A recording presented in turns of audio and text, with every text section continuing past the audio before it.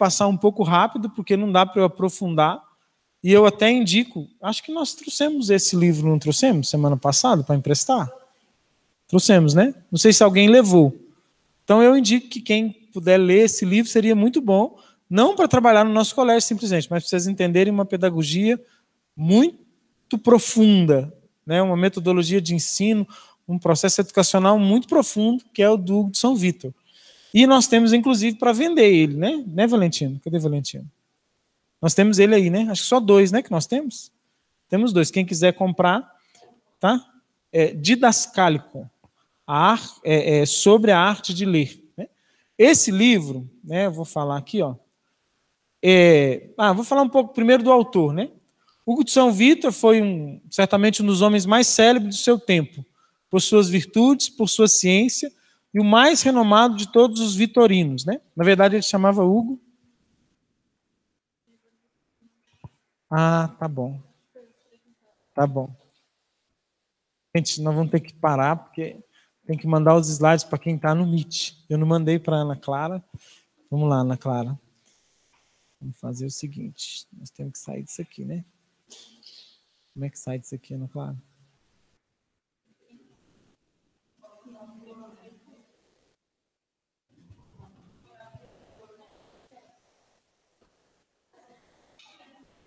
O quê?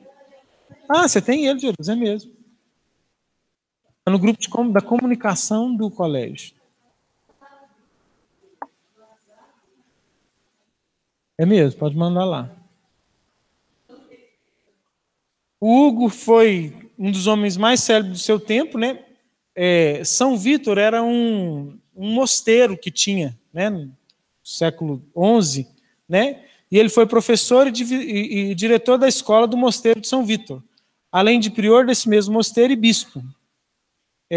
Baseado na tradição cristã e nas escrituras, toda a sua pedagogia visava formar o estudante para alcançar a contemplação, que é o último grau da sabedoria, com a qual tem-se um antegosto nessa vida do que será a recompensa futura. Uma formação integral que proporcionasse a união com Deus. O Hugo faleceu em 11 de fevereiro de 1141. Interessante, ele não foi canonizado santo. A gente não sabe por quê. Porque também um processo de canonização depende de alguém. Mas a gente tem uma identificação muito grande por causa dessa data de falecimento dele, que é a data da fundação da nossa comunidade, né? Nós vamos falar muito de Hugo de São Vítor no nosso colégio, porque ele foi um grande diretor, um grande educador, um grande pedagogo. Nós temos um outro livro dele que chama Pedagogia de Hugo de São Vítor, que é um livro sobre a pedagogia dele. Tem um outro livro que chama Opúsculo sobre o modo de aprender de Hugo de São Vítor, que é um livro pequenininho. Esse podia até ver, Ana Clara. Ana. Janaína. Eu acho que tem opúsculo na biblioteca, não tem? Fica dentro do Filosofia Perene, mas eu acho que nós tiramos, é uns pequenininhos. Se puder pegar para o pessoal levar hoje para ler, emprestar para eles. Bom, São Boaventura falou de Hugo de São Vítor o seguinte, olha o que ele escreve sobre ele. De onde se deduz que todas as Sagradas Escrituras ensinam essas 3 coisas, a geração eterna e a encarnação temporal de Cristo, a norma do viver e a união da alma com Deus, ou a fé, os costumes e um fim de ambos. Sobre a primeira dessas coisas, devemos exercitar-nos com afinco no estudo dos doutores. Sobre a segunda, no estudo dos pregadores. Sobre a terceira, no estudo das almas contemplativas. Santo Agostinho ensina de preferência a primeira. São Gregório a segunda.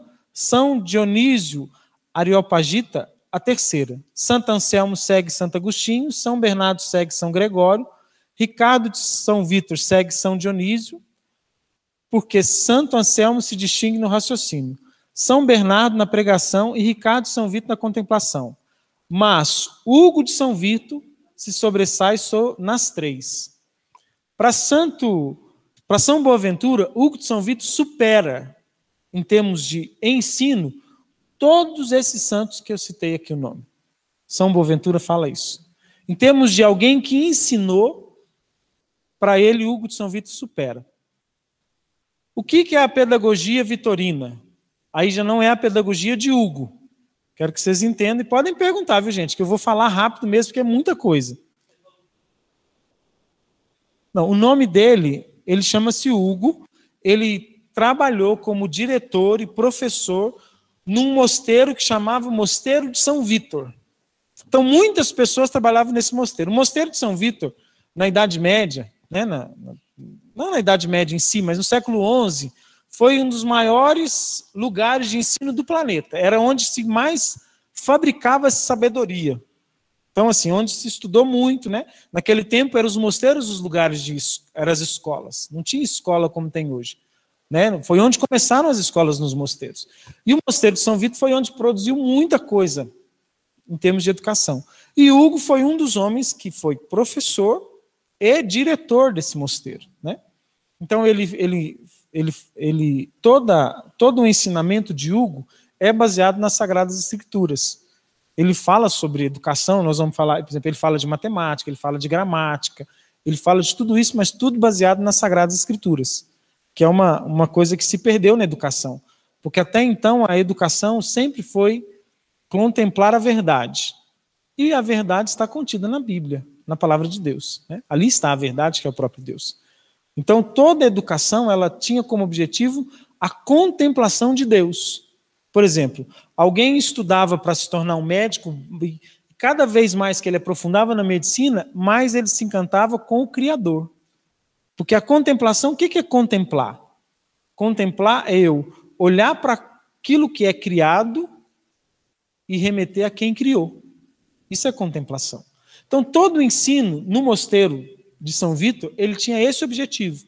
Ensinar tudo que precisava ensinar, em termos de sabedoria, em termos de pedagogia, de ciências, para que a pessoa contemplasse o Criador. Para que a gente olhasse para a capacidade de inteligência que nós temos e pensasse o quanto isso é rico, é grande, é maravilhoso, e quem fez é mais. Isso é a contemplação. Então o objetivo de Hugo era esse, né? Então esse era o mosteiro. O que é essa pedagogia vitorina? A pedagogia vitorina não é a de Hugo, quero que vocês entendam isso. Hugo foi um dos diretores deste mosteiro de São Vítor. A pedagogia vitorina era como se estudava naquele mosteiro e naquele tempo. Uma das ideias fundamentais em torno da qual construiu-se a pedagogia vitorina está contida no opúsculo sobre o modo de aprender e de meditar. Nele, Hugo afirma que há 3 operações básicas da alma racional, que é a nossa alma, né? 3 operações básicas, as quais constituem entre si uma hierarquia. O que é uma hierarquia, gente? Eu quero que vocês falem que vocês vão dormir, vocês estão com máscara, a gente não sabe se vocês estão rindo, se vocês estão chorando, se vocês estão... O que é uma hierarquia? É uma ordem. Mas uma ordem como? É só uma ordem? É uma ordem que tem autoridade. Uma é superior à outra, não é isso? Uma hierarquia, né? Então, ou seja, tem aquele que tem poder ou supremacia sobre as outras, certo? Para Hugo, a alma, para a pedagogia vitorina, a alma tem 3 operações básicas, né? E que elas têm uma hierarquia. Portanto, devem ser desenvolvidas uma em sequência à outra. A primeira ele denomina pensamento. Pensamento. A segunda, meditação.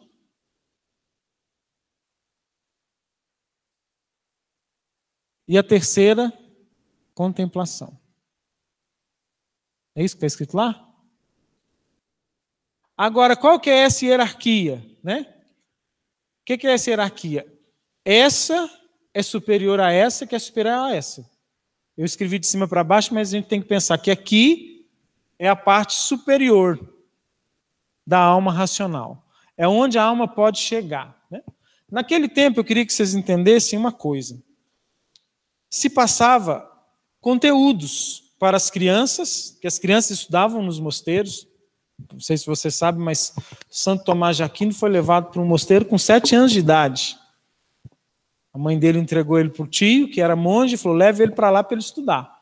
E ele foi para lá. Por isso se tornou Santo Tomás de Aquino. Né? Um grande sábio.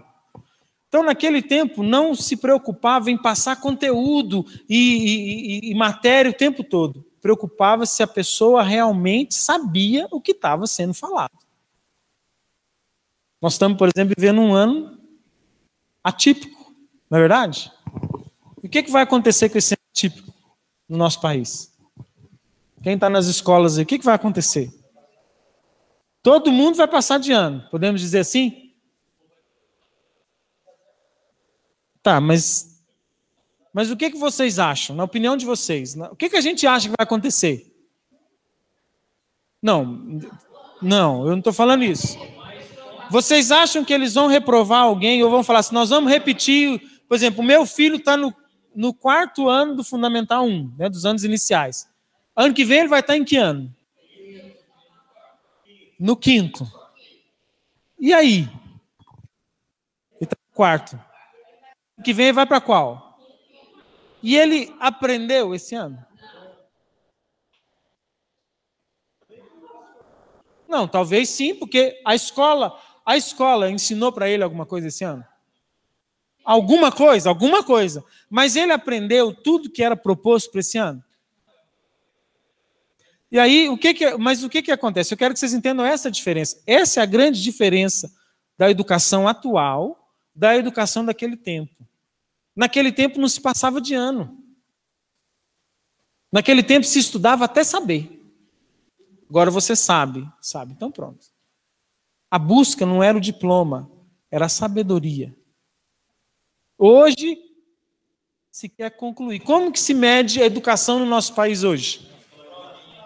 Quem terminou o fundamental? Tantas pessoas. Quem terminou o médio? Tantas. E quem aprendeu? E quem chegou lá no médio e falou assim, não, eu aprendi. Muitos treinaram para passar no Enem, não é isso? Treinaram. Treinamento de Enem. Então essa é a grande diferença da pedagogia lá. Porque a pedagogia lá trabalhava que a pessoa chegasse à contemplação. Quando eu chego na contemplação de algo, é porque eu conheço aquilo profundamente. E toda a matéria pode ser ensinada até o fato da nossa mente racional conseguir contemplar. Gente, o nível educacional daquele tempo para hoje é algo assim, gritante. A gente acha que hoje se sabe muito. Não sei se vocês já viram a Suma Teológica, escrita por Santo Tomás de Aquino. Já viram ela? A Suma Teológica é um conjunto de 4 livros, de cada um com mais de 1000 páginas. Alguém, para ser considerado formado no ensino superior naquele tempo, tinha que ser capaz de escrever uma suma.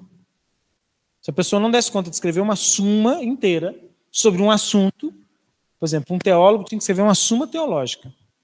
Aí ele era considerado teólogo. Não tinha diploma. E não dava um diploma, não. O que prova? Eu sou teólogo. Você é teólogo? Cadê a suma que você escreveu, por favor? A gente quer comprovar se você sabe mesmo o que você está falando. Não, aí aqui tem um método, né? Mas o que eu quero dizer para vocês é o seguinte, nós não vamos voltar lá, não tem jeito. Até porque nós vamos matar as crianças, não tem jeito. Mas nós precisamos entender o que aconteceu nesse período e o que era proposto naquele tempo. Porque tinha uma proposta educacional, tinha uma proposta. Se conhecia o ser humano como uma pessoa inteira. Hoje a gente olha para a BNCC, ela quer trabalhar habilidades e não conhecimento. Eu posso ter habilidade para fazer uma coisa, mas eu preciso conhecer. O conhecimento é além da habilidade. Entendem o que eu estou dizendo? Mas vamos lá, porque senão nós vamos demorar muito. Não. E ela até nos dá um norte interessante, né? E até nos ajuda. Só que se a gente seguir só o que ela diz, no sentido, ela quer que a criança tenha habilidade. E, gente, a criança chega hoje nós temos uma instituição de acolhimento de adolescentes. Uma criança chega hoje no 8º ano e ela não sabe ler direito. E isso eu não estou falando algo que é mentira, não. 4º, 5º ano, a criança às vezes não sabe interpretar um texto. Ela tem habilidades de leitura e nós não podemos ensinar habilidade, nós temos que ensinar verdadeiramente a leitura, o português, a literatura, a gramática, a regra de tudo isso. Né? É isso que eu acho que a gente tem que estar atento. No Didascálico, nesse livro, o Hugo apresenta os princípios e fundamentos das artes liberais e de sua aplicabilidade, além de orientar os seus alunos sobre o que deve ler, que ordem e de que modo devem fazê-lo. Deste modo, ele coloca o foco na educação no próprio estudante. Esse livro aqui, pra vocês entenderem, ele não é para professor. Ele é para aluno. Então, assim, nós vamos falar disso aqui. Ele escreveu isso aqui lá naquele tempo para os alunos. Tipo assim, ó, como que você vai aprender? Estude isso aqui para você aprender como que aprende. Né? Porque às vezes assim, a gente até cria métodos, mas não ensina o aluno como que ele aprende. Para Hugo era absolutamente claro ser o aluno a causa eficiente do processo de aprendizado. Portanto, Didascálico não é um livro sobre como ensinar, mas como aprender. Não é sobre didática, mas a própria didática aplicada. Uma verdadeira aula, por assim dizer, a todo aquele que procura percorrer este caminho que conduz à sabedoria. Está escrito na página 14. Primeiro livro do Didascálico. Ele fala que o ser humano é dotado, né, do que o ser humano está? A tríplice potência da alma. Vitalidade, sensibilidade, racionalidade. Então a nossa alma ela tem vitalidade, que é crescimento, né? Lá no livro fala crescimento, nós mudamos para vitalidade, porque o entendimento de vitalidade é maior, ou seja, a nossa alma é algo que cresce, que tem vida, né? Que tem vitalidade, sensibilidade e racionalidade. Vitalidade, ou crescimento. Todo ser humano, como os vegetais, ele tem que ganhar energia, que recuperar energia e que gastar energia, certo? Os vegetais é a mesma coisa, concordam comigo? Você pegar uma planta, ela precisa de ganhar energia, você tem que pôr água, você tem que pôr coisa para ela poder, né? Mas ela tem que também ter, se você ficar o tempo todo mudando ela de lugar, mexendo com ela tem que ter um período de repouso, né? Mas ela também precisa gastar. Por exemplo, você pegar uma planta, se você não tirar os frutos que morreram, as folhas secas, ela morre. Não é assim? O ser humano é a mesma coisa. Se nós formos só comer e só ficar parado, só repouso e comida, o que vai acontecer? A gente tem que fazer atividade física, não tem? Ou seja, nós temos em nós a vitalidade. Então, Hugo fala que essa é uma das potências da alma. Que esta potência está presente nos vegetais. Nós temos a segunda potência da alma, que é a sensibilidade, né? Que é o sentido, que é o instinto e que é a memória, que também tem nos animais. O bicho tem isso, não tem? O bicho tem sentido, ele cheira, ele toca, né? Na verdade, o bicho tem a vitalidade das plantas e a sensibilidade que é própria dos animais. E o ser humano tem as duas, né? O ser humano tem, ele ouve, ele come, ele foge da dor e busca o prazer, tem paixões, instintos, né? Igual um bicho. Hoje, às vezes, estão elevando muitos bichos e aproximando muito o ser humano do bicho. Mas, na verdade, há uma grande diferença, porque a terceira potência da alma só o ser humano tem. Mas essa segunda, os bichos têm. Memória. Né? Ah, aquele cachorro lembra de mim. Né? Não é só ele, não. Qualquer bicho tem memória. Se você trabalhar, você adestra um bicho a partir da memória dele. Não tem adestramento? Isso. É na ordem da criação. Agora, a racionalidade, ela é própria dos seres humanos. Que aí na racionalidade tem a imaginação, a inteligência e a vontade. Ah, mas o bicho tem imaginação? Não. O bicho não tem imaginação. O que é imaginação? Imaginação, gente, não é aquelas imaginação fértil que fica imaginando o príncipe encantado que vai chegar, né, meninas? Não é essa imaginação. Mas é uma dedução das coisas. Nós deduzimos coisas, não é verdade? Nós temos uma imaginação, nós imaginamos o que pode acontecer. Um bicho não imagina. O cachorro não fica lá pensando assim, ai, será que vai ter um almoço? E será que nós vamos, né? Não, ele tem memória, é diferente. Inteligência, né? Conhecer a natureza das coisas pela razão. O bicho não conhece a natureza das coisas pela razão. Ele conhece só pela memória. E não conhece a natureza. Eu fui numa palestra num congresso de educação em São Paulo, eu achei fantástico a explicação que o palestrante deu sobre a diferença dessa questão da inteligência do ser humano e do animal. Porque muita gente hoje fala que o bicho é capaz de aprender isso, aprender aquilo. Por exemplo, se você ensinar um cachorro a abrir a porta para sair de casa, ele abre a porta, sai de casa, ele abre a porta, sai de casa. Então parece que ele é inteligente. Ele é inteligente, mas sabe o que que prova? Sabe o que que prova que ele não é inteligente? Ele não consegue ensinar. E nem te explicar como que ele aprendeu aquilo.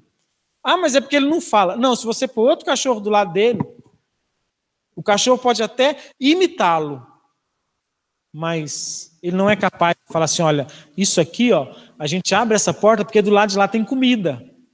Não. Ele abre a porta porque ensinaram ele a abrir a porta. Ele abre a porta e ensina a abrir a porta. Mas não é porque tem uma razão de ser que ensina, entenderam o que eu estou dizendo? Se vocês discordam, pode falar que a gente está aqui para debater. Não tem problema.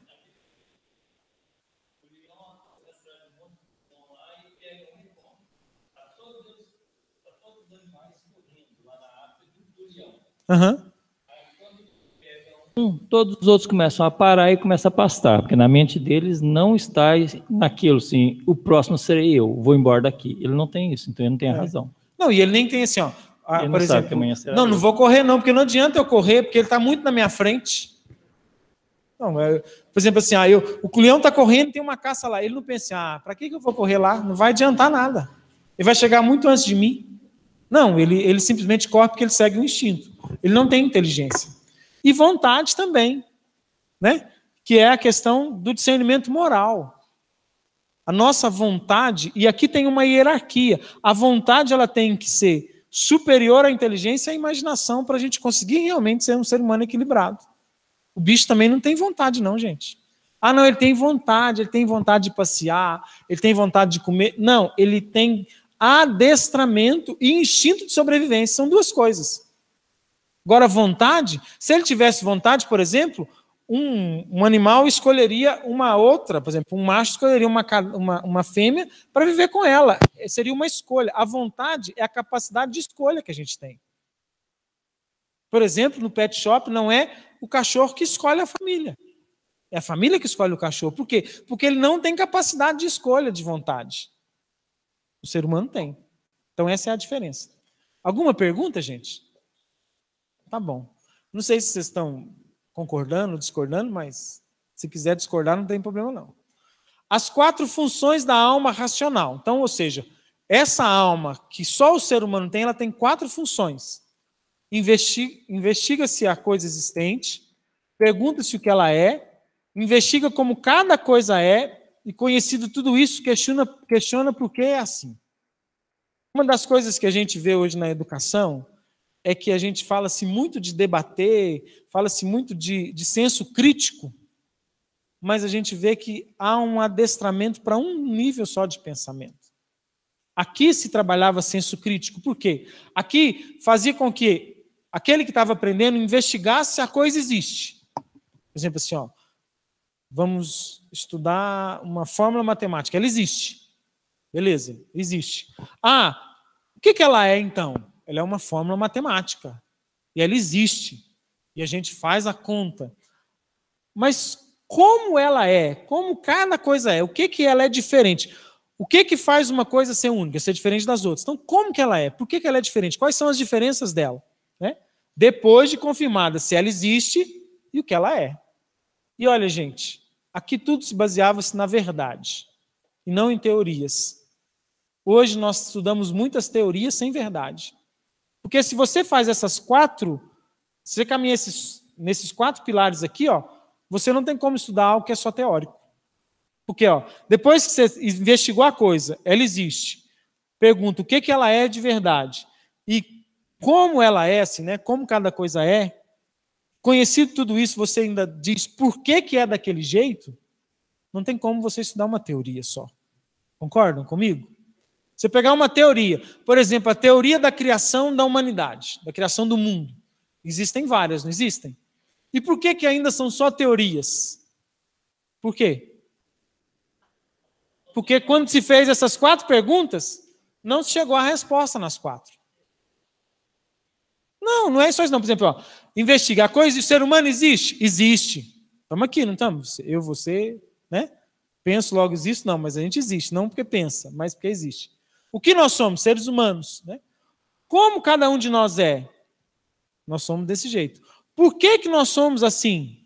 A gente consegue responder. Mas se eu pegar a teoria da criação, por exemplo, do Big Bang, A primeira coisa, se eu investigar, existe.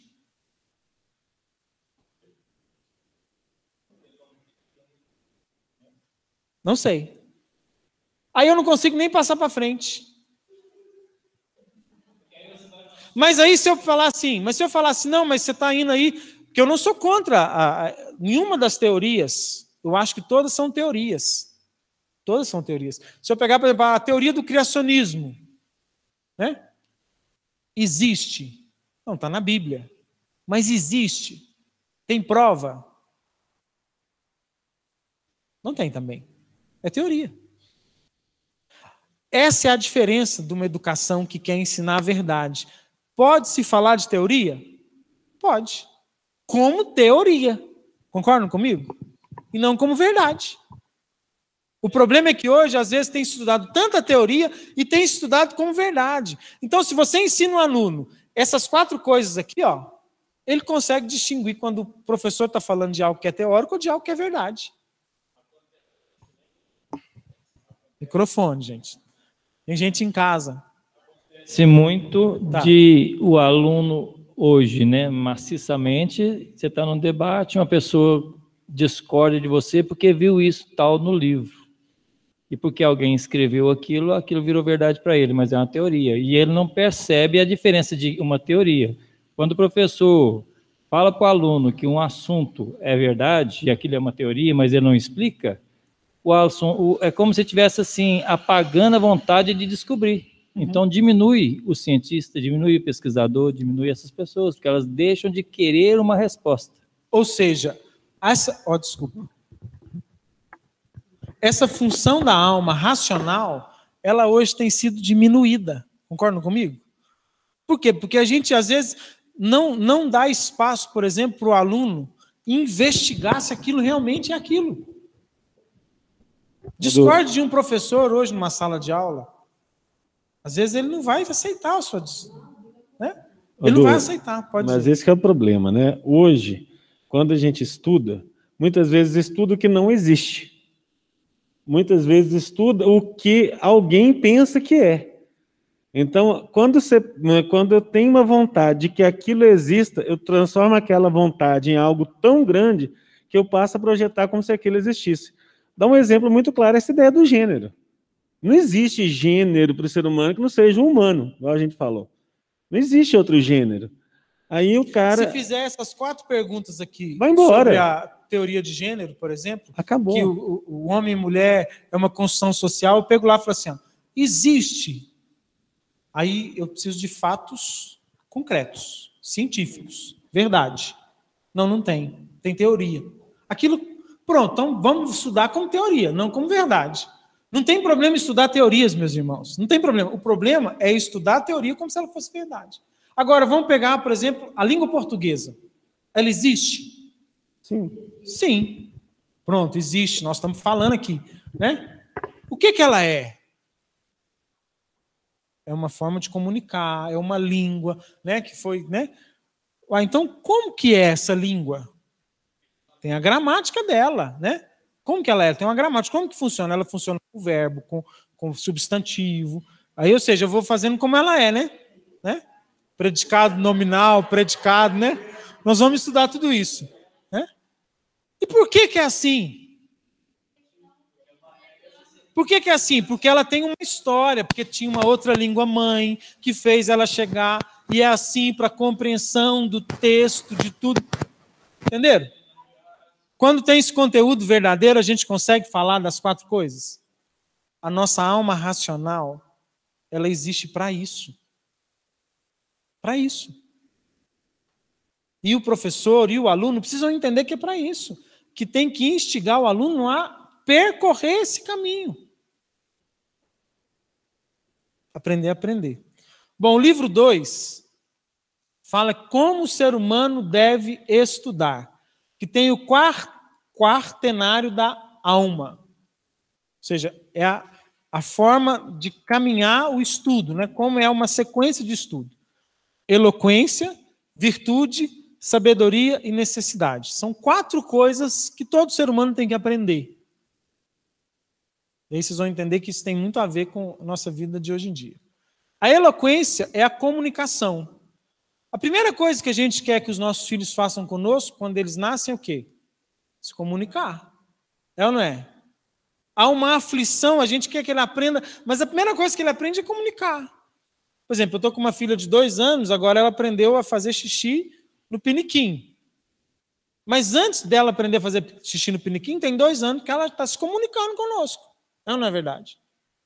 Então, a primeira coisa é comunicação. E na educação também a primeira coisa é isso. Por que hoje nós temos tanta defasagem no ensino?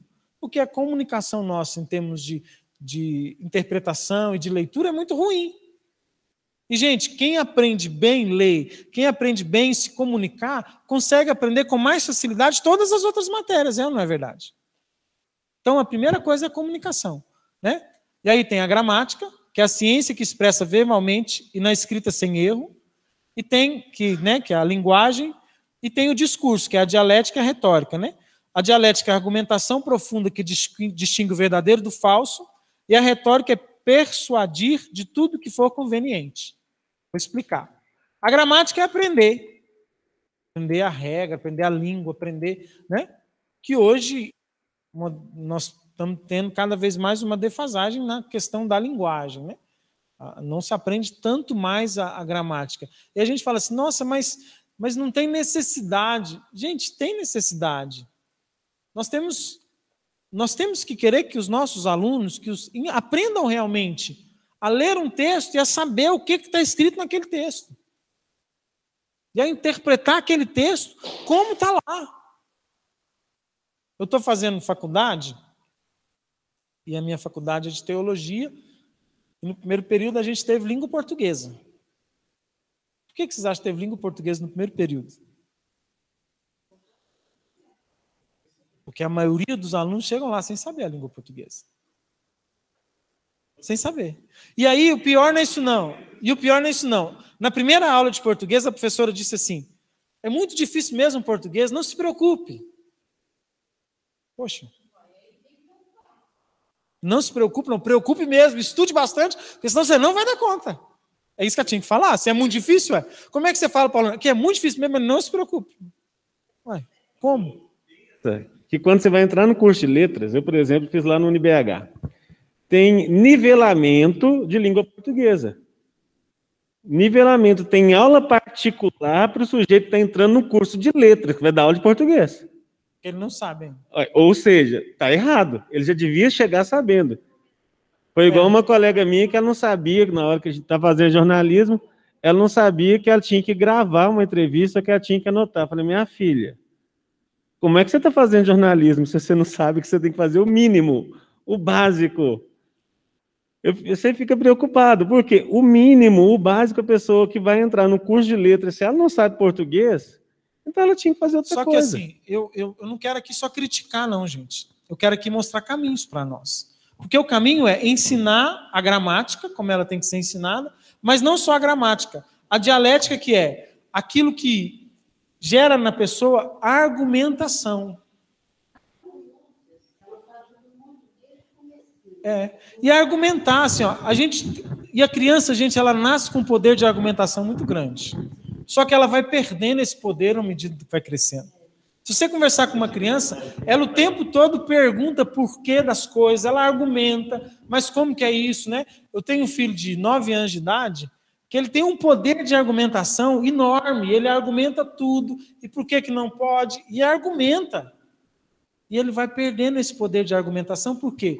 Porque ao invés da gente ensinar, porque a argumentação ela existe para defender um lado certo e um lado errado, concordam comigo? Isso é a dialética, distinguir o verdadeiro do falso. Por que não tem tanta argumentação mais? Vocês conseguem saber por quê? Podados. Os alunos são podados. Os pais até podam também, porque às vezes os pais, em vez de querer conversar, e não tem tempo, não. Depois a gente vê isso. Então precisa conversar. Tem a poda também, mas não é esse o principal motivo. Não existe falso e verdadeiro. Tudo é relativo. Então não precisa argumentar. Esse é meu ponto de vista e pronto. Gente, isso é uma violência contra a educação.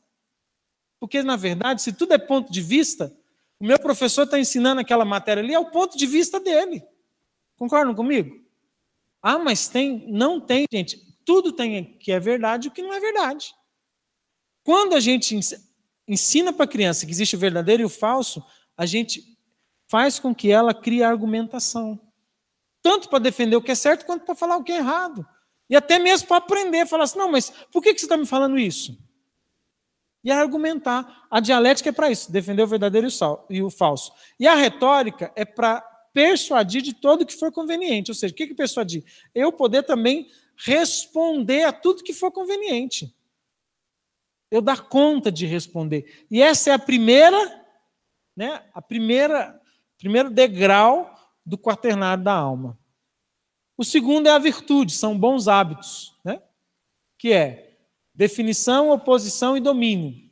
Um hábito da alma que se conforma à razão segundo a sua natureza, disciplina moral e ética. Virtudes são bons hábitos. O que é virtude? Sabe o que é virtude? A palavra significa? Virtude é a vontade constante de praticar o bem e evitar o mal. Segundo o pai dos burros, o dicionário Aurélio. Né? Vocês conhecem ele. Vontade constante de praticar o bem e evitar o mal. Ou seja, ter bons hábitos. Ter um hábito da alma que se conforma à razão segundo a sua natureza. Se conforma à razão. Qual que é o grande inimigo da virtude? O vício. É a oposição. E onde que os vícios estão presos no ser humano? Nas paixões. Nós falamos lá naquilo que tem dos animais em nós. Um animal, ele não tem vontade constante de praticar o bem e evitar o mal. Porque ele não consegue decidir. Por quê? Porque a razão dele não é aquilo que o define. O que o define é a paixão dele. E hoje que a gente vê também na formação do ser humano, e aí não é a escola em si, mas a sociedade como um todo, ela faz com que o ser humano queira cada vez mais a paixão, o prazer, né? Que até volto aqui para vocês verem aqui uma coisa interessante. Fuja da dor e busque o prazer. Não é isso que a gente vive hoje? Ninguém quer sofrer mais. Ah, mas você fala assim, não, mas você está falando que a gente tem que fazer a criança sofrer? Não, mas ela tem que ter frustração. Ela tem que saber que nem tudo ela vai conseguir. Hã? Ela aprende com o sofrimento. Aprende, e muito, com as perdas. Espera aí, só um minutinho, Maia. Eu lembro de uma formação sua que você falava assim, eu falei para o meu filho para ele não mexer na tomada. E eu falei com ele de novo. Aí eu deixei ele ir, aí ele levou um choque. Aí ele aprendeu que não pode mexer lá. E realmente, às vezes nós aprendemos por meio da dor, né? Claro. Não, e assim, ó, a frustração é algo inerente do ser humano. Quem aqui nunca se frustrou com alguma coisa? Quem aqui não criou uma expectativa muito grande? Mas o que a gente vê hoje com as crianças e principalmente com os adolescentes? Os pais têm um filho só para dar tudo para ele não ter nenhuma frustração. E ele tem tudo. Não. E um dos problemas que a gente vê disso aqui, ó, que é a questão do vício dos pecados, o que é um problema? É o celular hoje. O celular hoje é dado para uma criança muito pequena, que faz dela ter um vício muito nova, para que ela dê sossego. É ou não é assim? E aí aquilo ali, o que faz crescer na criança? Paixão. Vocês já pensaram, vocês já viram uma criança quando todo dia ela vê vídeo no celular, tudo, quando você não deixa? Já viram ela espernear no chão? Não é assim? Porque já tem um vício. Ele já tem uma dependência. Isso aqui, ó, é o oposto à virtude. Porque ele segue o instinto. E, gente, mas a criança tem que ter prazer? Sim. Mas a vida não é prazer. A vida é para ser vivida de forma racional. Claro. Aí a gente vê os adolescentes se automutilando. Não é assim que a gente vê hoje? Suicidando. Ai, eu estou muito mal. Um dia um adolescente aqui, né, de terceiro elo, 15 anos ele tinha na época, já cresceu, já melhorou, ele falou assim, mas eu sofro tanto. Eu falei, com o quê, meu filho? Minha vida é difícil demais. Eu falei, qual que é o seu problema mais sério? Ah, eu gosto de uma pessoa, não gosta de mim. Eu, nossa, você está mal mesmo. Não, coitado, depressão. Mas tem adolescente hoje que tem depressão assim. Suicida por causa disso. Porque ganhou um não, ganhou um fora. Gente, primeiro não, e os não são dados desde pequenininho, cada vez mais. Não para poder ser também assim, aquele pai, né, que vai maltratar o filho, não. Mas para que ele entenda que o nosso corpo, o nosso ser, ele quer o prazer e não quer o sofrimento. E é o que eu ponho aos bons hábitos, né? E o domínio, que é a gradação de valores, né? Aqui tem um negócio que chama taxonomia de Bloom. Bloom é um professor americano, Benjamin S. Bloom. Ele criou uma ciência, né, uma taxonomia de avaliação. Nós vamos ter um dia que nós vamos falar só da taxonomia de Bloom. Mas é porque aqui, nessa questão da gradação dos valores, essa taxonomia, ela mede a hierarquia dos valores, a hierarquia de tudo, e a profundidade. Até já adianto que a taxonomia de Bloom vai ser a forma de avaliação do colégio, porque ela avalia em que estágio a criança ou a pessoa está. Então, por exemplo, a gradação de valores, pela taxonomia de Bloom, nós podemos avaliar aonde estão as virtudes, ou em que nível estão as virtudes na vida daquela pessoa, né? Então, eu não vou falar muito dela, nós vamos falar numa outra formação, mas é aqui que nós vamos avaliar aquilo, né? Quem já ouviu falar da taxonomia de Bloom? Eu já ouvi falar, mas não sei o que é. Então, nós estamos estudando, né? Hoje eu e o Valdo conversamos um pouco sobre isso, ele está estudando mais na frente que eu do estudo, mas eu estou estudando, para a gente criar, né, nela, ela consegue medir coisas cognitivas, ela consegue medir várias coisas na vida da pessoa, para poder avaliar em que a pessoa está. E também, por ela, a gente consegue fazer uma avaliação melhor. Por exemplo, assim, o que eu espero da Brenda a partir do que foi ensinado para ela. A taxonomia vai me dizer o que eu posso esperar dela naquele momento, né? Essa é um método que já é usado em outros países, E não é isso? Só no Brasil que não. Isso, é porque eu vi no Brasil Paralelo sobre a questão da educação. No Brasil Paralelo que fala. Ela foi criada na década de 40 do século passado, né? 1946, esse Benjamin Bloom, ele criou essa ciência de avaliação e de crescimento, e ela é usada em muitos países para aplicar prova mesmo, né? O Brasil Paralelo, os 3 que falaram sobre educação, até depois quem puder assistir. A trilogia, né, do Brasil Paralelo. Trilogia sobre educação, a gente tem os links, depois se alguém precisar. No terceiro ele fala um pouco. É o episódio mais importante para mim da trilogia. Todo mundo que puder assistir, a gente depois manda lá no link. É muito bom. E ele explica muito pouco, mas pelo menos para a gente ter uma noção do que é a taxonomia de Bloom. Isso, mas nós vamos ter um dia, uma quarta-feira, que nós vamos conversar só sobre ela. Eu vou explicar como que ela é aplicável e ela vai ser aplicada no nosso colégio na parte de avaliação. Bom, a virtude aqui, então, vamos lá, né? Ela tem, na prática, ela tem a prática individual, privada e pública. Toda virtude tem.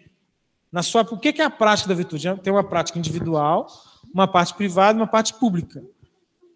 A parte individual é consolidar a própria vida nas virtudes pelos bons costumes. Hoje a gente vê as pessoas muito preocupadas com o que mostram, né? Por exemplo, eu vou ter uma boa atitude, eu quero ver quem vai ver eu tendo uma boa atitude. Mas no ensinamento da virtude, a hierarquia é: primeiro se ensina a virtude individual. O que eu tenho que fazer minha vida, para eu ser uma pessoa, criar em mim valores, né? Esses valores, eles vão ser vividos, então, primeiro individualmente, depois de forma privada, que é na minha família, né? Na minha casa, entre os membros da minha casa, e, por terceiro, pública. Hoje a gente vê as pessoas publicamente são boas, dentro de casa são ruins, e quando estão escondidas, fazem coisas que ninguém imagina. É ou não é verdade? Mas só que deveria ser o contrário. E só do contrário que realmente se torna virtude. Porque senão se torna algo falso.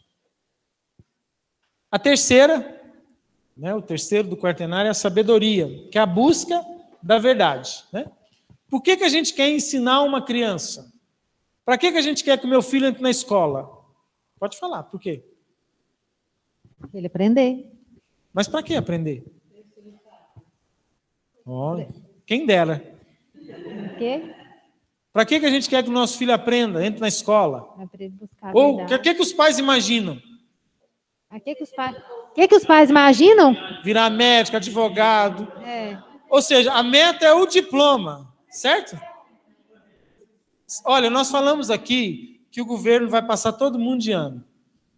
Mas vocês acham que isso é culpa de quem? Do governo? Dos pais. Fala para um pai que o filho dele vai ter que repetir o ano. O que ele fala? Porque, na verdade, a meta do pai é que o filho se forme. É ou não é verdade? Já entra na escola pensando na formatura. Quando muda a data, quem trabalha em escola sabe, quando muda a data de corte da idade, e que o menino às vezes tem que atrasar um ano, é um problema. É ou não é um problema? Quem já trabalhou? Não, seu menino não vai poder sair do infantil esse ano não, porque ele faz aniversário em maio e a data vai ser abril. O pai já fica louco.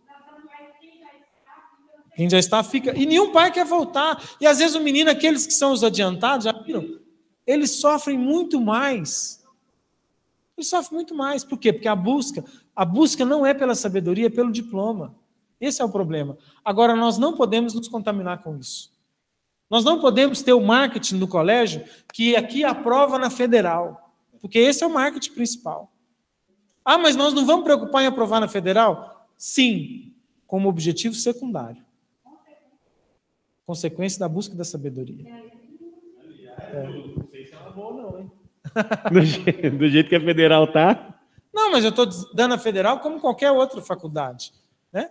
Os outdoors das escolas de ensino médio são todos voltados para quantas aprovações e em quais lugares aprovam. E aí tem aquela máquina de fazer vestibular. Porque você cria o menino para fazer vestibular. Ele tem que fazer exercício, ele tem que fazer simulado, ele tem que fazer. E no final, o que ele aprendeu? Você virar para ele e falar assim, o que você sabe de biologia? O que você sabe da química? Né? A tabela periódica. Você lembra da tabela periódica? Quem aqui lembra da tabela periódica? Quase ninguém lembra. Mas então, para que o menino ficou lá? Porque ele não aprendeu, gente. Tá vendo? Tá vendo? Esse é o drama de uma educação nova. Uma educação que não vai preocupar. Primeiro, olha, nós não podemos também cair na ilusão de falar assim, nós não vamos preocupar com o Enem. Não, nós temos que preocupar. É necessário que a criança o adolescente esteja pronto para fazer um Enem. Mas essa não pode ser a meta principal, porque essa meta principal é uma meta de adestramento, de treinamento, não é aprendizado, é treinamento. Você treina, por exemplo, um soldado para ir para a guerra, mas muitas das vezes ele precisa saber o porquê que ele está indo para a guerra, o sentido da guerra. O ser humano, ele tem dentro dele uma pergunta que é o porquê.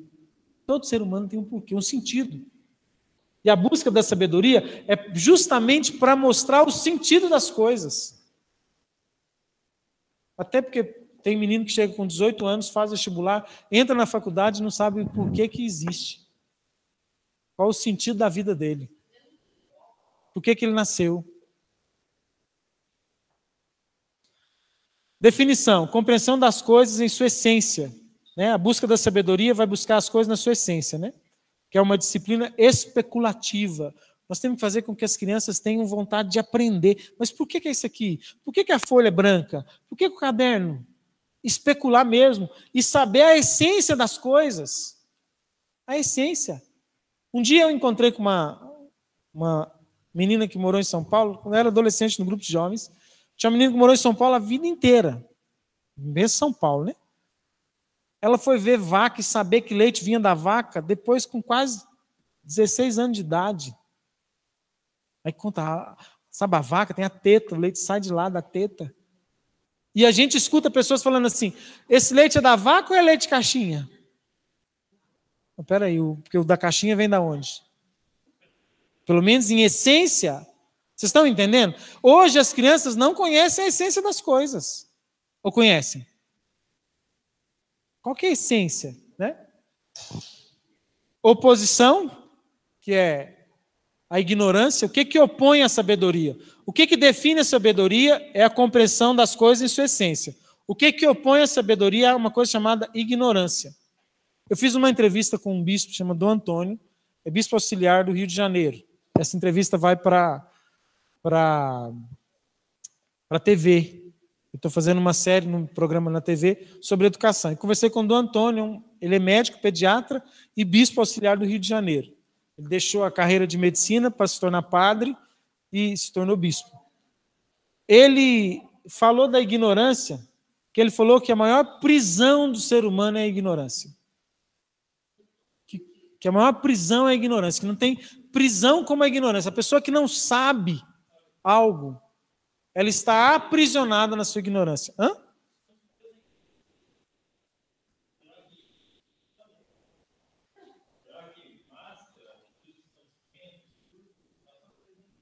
Na verdade, eu até não digo se funciona ou não funciona, mas nós não questionamos.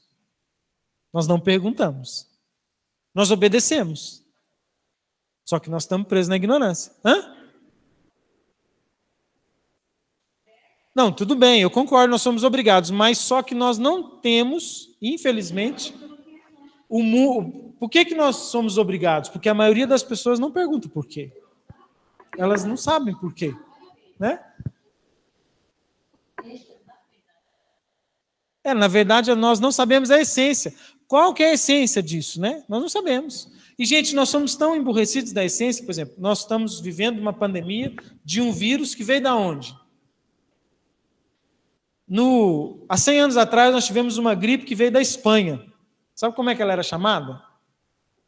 Gripe espanhola. Se você falar vírus chinês, é um problema. Mas por quê? Nós não podemos saber a essência. Porque se nós soubermos a essência, nós saímos da ignorância. E se saímos da ignorância, nós somos capazes de questionar e de criar problema. É isso, Não estou dizendo que a China é culpada, que ela fez ou não fez, não estou falando disso. Mas nós não podemos nem cogitar. Se fosse há 100 anos atrás, nós não estaríamos vivendo a pandemia do coronavírus. Nós estaríamos vivendo a pandemia do vírus chinês. Porque se falava da essência das coisas. De onde veio, como é que veio, vamos saber o que aconteceu. E a Espanha, a essência.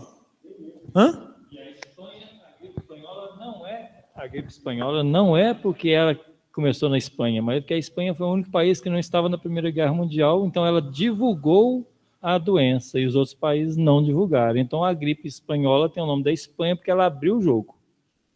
Eu não sei te falar. Eu sei que ela foi chamada de gripe espanhola. Né? Hã? Verdade. Tá bom. Bom, a definição é a compreensão das coisas em sua essência. A oposição à sabedoria é a ignorância. E o que a gente tem que fazer? Tem que ter um domínio, ou seja, o domínio, para a gente conseguir alcançar a sabedoria, nós temos que buscar uma aprendizagem verdadeira, né? Aí está a taxonomia de Bloom de novo, que é onde a gente vai avaliar, né, isso, né? Bom, a sabedoria tem três. Tem três formas teóricas de sabedoria: a teologia, a física e a matemática. A teologia são as coisas intelectíveis, ou seja, substâncias invisíveis.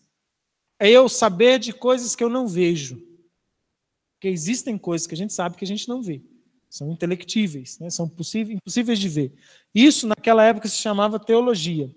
A física são as coisas invisíveis das coisas visíveis. Você consegue saber uma coisa invisível de algo visível? Ela é invisível, mas está num corpo visível, né? O oxigênio, ele é algo invisível, mas que age em algo visível, certo? Né? E a matemática é o inteligível, que são coisas visíveis das coisas visíveis. Então, ou seja, naquele tempo se buscava conhecer essas três coisas. Vamos conhecer a teologia, que são sobre as coisas invisíveis, sobre a fé, né? Sobre a filosofia. Tudo isso estava no ramo da teologia. A física e a matemática. A matemática e seus desdobramentos. Aí a gente tem uma coisa que chama quadrivium, ou quadrivium, não sei, cada um fala de um jeito. Que é a aritmética, a música, a geometria e a astronomia. A matemática, ela era dividida em nessas quatro formas, né? A aritmética, que tratava-se do número. A música tratava-se do som. E a geometria tratava-se do ponto, né, do espaço. E a astronomia do movimento. Tudo isso era matemática para eles naquele tempo. O conhecedor de matemática, ele entrava nesses conhecimentos.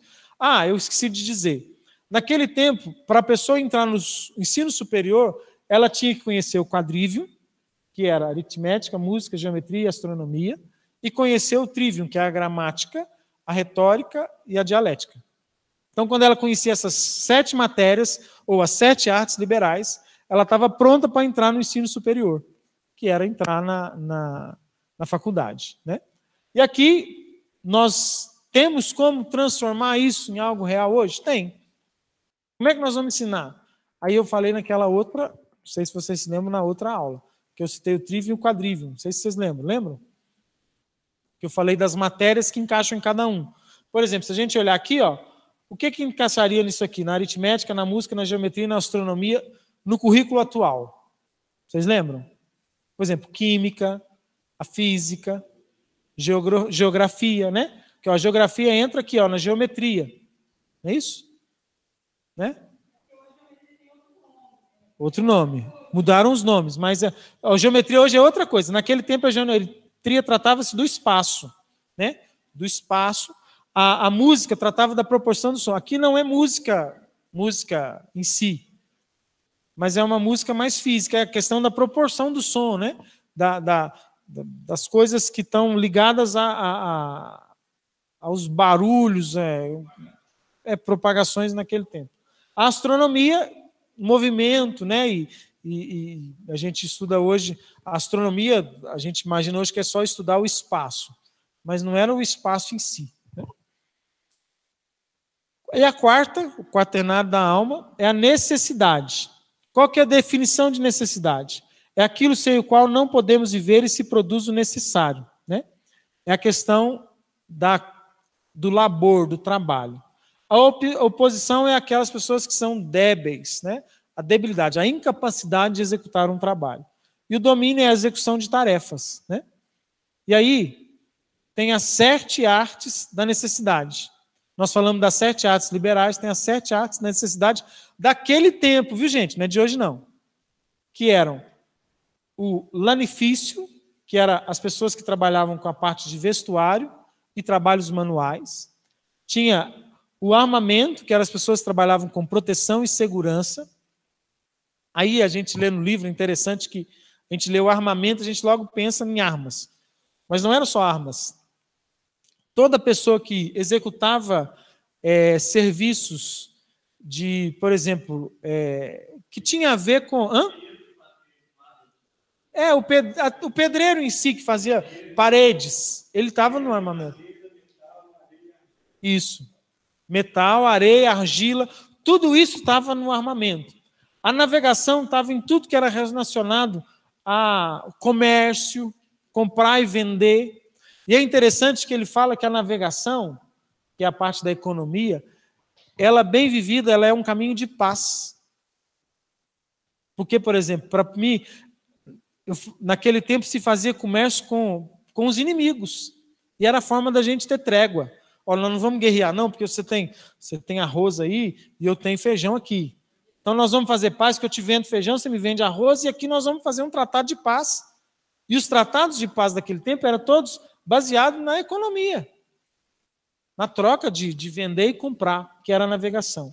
A agricultura, que era, né, a questão da alimentação, também tinha o comércio na agricultura, mas era um comércio mais regional. Mais regional, A caça, que estava muito ligada ao sustento, né, e à defesa, que era as pessoas ainda, nem todos viviam da caça em si, mas a caça estava em todos aqueles que ofereciam alimentos que não eram cultivados na forma agrícola, mas hoje a gente pode dizer assim, o frigorífico, eles estavam sempre dentro da caça. A medicina, que era saúde e prevenção, e o teatral, que era a parte da cultura e entretenimento. Isso aqui, gente, eram as 7 artes da necessidade, onde ensinava, as pessoas aprendiam para poder exercer uma dessas funções e escolher a sua carreira de trabalho. Mas isso aqui mais é um fato histórico mesmo, que mudou muito.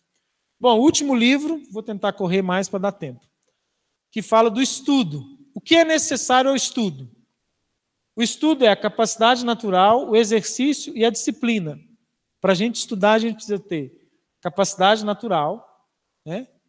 Ser racional, fazer exercício, ou seja, ter uma disposição de realmente exercitar o estudo, né? Que é o esforço e a assiduidade, e disciplina, que é a aplicação do que aprende e o modo de viver.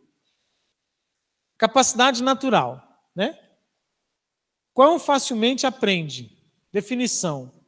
Ele é provido pela natureza, aprimorado pelo uso, suprimido pelo trabalho desmedido e aguçado pelo exercício, né? Ou seja, a capacidade natural ela é provida pela natureza, a natureza nos deu capacidade, né, de aprender.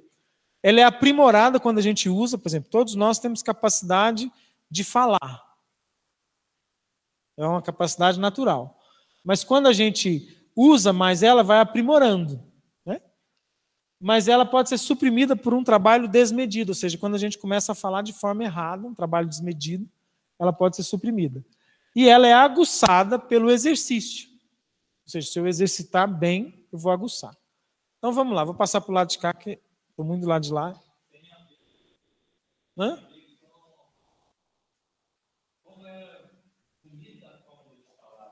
Isso. Antigos, né? Aí você percebe o tanto que eles se preocupam com a forma de falar, as frases bem feitas. É bonito ver eles falando em filmes bem trabalhados, né? Justamente. Bom, essa primeira coisa do estudo, do engenho, né? Ele vem da leitura, que é um modo de ler que divide em relacionar, classificar, propor e comparar, e o de descender, de todo, né? De todas as partes. O que é isso aqui, gente, para vocês entenderem? A nossa leitura, a gente precisa aprender a ler dividindo as coisas, ou seja, sabendo classificar o que é cada uma, que é a interpretação de texto, né? Sei o que é aquilo, eu comparo com aquilo outro. E também eu preciso saber que tem várias partes, que eu estou lendo algo de um todo. Hoje, às vezes, as pessoas não têm essa... Vamos dizer, elas não conseguem colocar um texto dentro de um contexto. Concordam comigo? Até para ler a Bíblia. Então, aqui, ó, esse aqui é o todo, né? Esse é o modo de ler. E a exposição, ou seja, né? Como que deve ser exposta a gramática ou a leitura? Pela ordem, que é a letra, né? O significado, que é o sentido, e a sentença, que é a compreensão. Ou seja, se a pessoa não é capaz de saber a gramática, de saber o significado daquilo, ela não consegue chegar à compreensão. Não consegue. Hoje, cada vez mais, a gente vê o vocabulário cada vez mais pobre. Por quê? O significado das palavras tem diminuído. Nós fizemos uma prova. Perde o sentido. Ela tem que pegar o dicionário, descobrir o significado, o conteúdo. Nós fizemos uma prova de português segunda-feira, né? E foi usada uma frase do hino nacional. Na aula de latim. Nós estamos começando o curso de latim e o professor fez primeiro um teste de português. Eu achei engraçado que ninguém tirou total. E olha que tinha gente que tinha capacidade, mas não deu conta. E ele pegou uma parte do hino nacional. Pegou uma frase muito difícil. Ele pegou uma frase muito difícil do hino nacional. Tá bom. Mas quem escreveu, e na época que foi escrito, eles entendiam. É ou não é verdade? O hino nacional, hoje, a gente ensina para as crianças na escola. Mas a gente sabe o significado das palavras que estão ali? Não, ensina. Na maioria das escolas ensina. Não, ela canta o hino nacional inteiro. Mas se eu falar para eles assim, o que está falando aí? Margens plácidas. Não, claro, porque tem palavra que ele nunca ouviu, aí ele canta aquilo e fala, meu Deus, eu inventa mais ou menos alguma coisa, né? De um povo heróico brado. Brado, o que é brado? Muitas crianças não sabem o que é isso. Aí elas conseguem entender o hino nacional? Não, elas não sabem a palavra. Então não dá para... Tudo que eu for ensinar, em termos de leitura, eu tenho que ensinar a letra, que é a ordem da coisa, né? A gramática, o significado daquilo que está sendo escrito, para assim haver compreensão. Na faculdade, por exemplo, a gente trabalhava muito, e eu gosto de fazer mais ou menos esse tipo de análise. Quando você pega um texto, você faz o comentário, a análise e a interpretação. Comentário, você busca o que está fora do texto, situa aquilo que está fora do texto, onde aquele texto está encaixado. Então vamos analisar. Essa parte aqui de relacionar, de descender todo do universal. todo, universais, né, para as partes. Depois, você passa para a análise do texto. O que é a análise do texto? É a parte gramatical, é a parte ali do sentido que você vai ter. A partir da gramática, qual o sentido que você vai dar? Esses dois aqui, o significado e a ordem. Isso. A interpretação, ela vem a partir da análise que você faz. Uhum. Então, você consegue fazer algo muito maior, uma coisa muito maior, algo muito melhor a partir disso. Se alguém pegar, por exemplo, eu sou apaixonado por Manuel Bandeira, teve um poema do Manuel Bandeira que chama A Maçã. Ele tem 9 linhas. Usando essa estratégia, o grande crítico Davi Arrigucci Jr. escreveu 24 páginas sobre uma coisa dessa, sobre um poema de 9 linhas, porque ele conseguiu fazer a situacionalidade do texto para depois fazer toda a beleza da análise. Compreensão maior, uma sentença daquele texto. Sim, é justamente o que já se fazia naquela época. E olha que isso é uma teoria de 1950. Bom, e dentro dessa parte do engenho, né, tem a meditação. O que a meditação faz? Ela investiga. O que ela investiga? A causa e a origem, o modo de ser e a utilidade de cada coisa. A gente chega para um aluno e ele fala assim, escuta muito isso, para que eu estou estudando biologia se eu vou fazer administração de empresa? Para quê? Porque ele nos perguntou, qual que é a causa, o modo de ser, a utilidade dessa coisa? Se pensar no diploma, não tem utilidade. Mas tem utilidade para muitas outras coisas. E é preciso que a gente faça o aluno se perguntar a causa disso que você está aprendendo, como isso é o modo e qual é a utilidade, né? E as consequências. Instrui na ciência e inunda de alegria. O engenho encontra a sabedoria. Parou.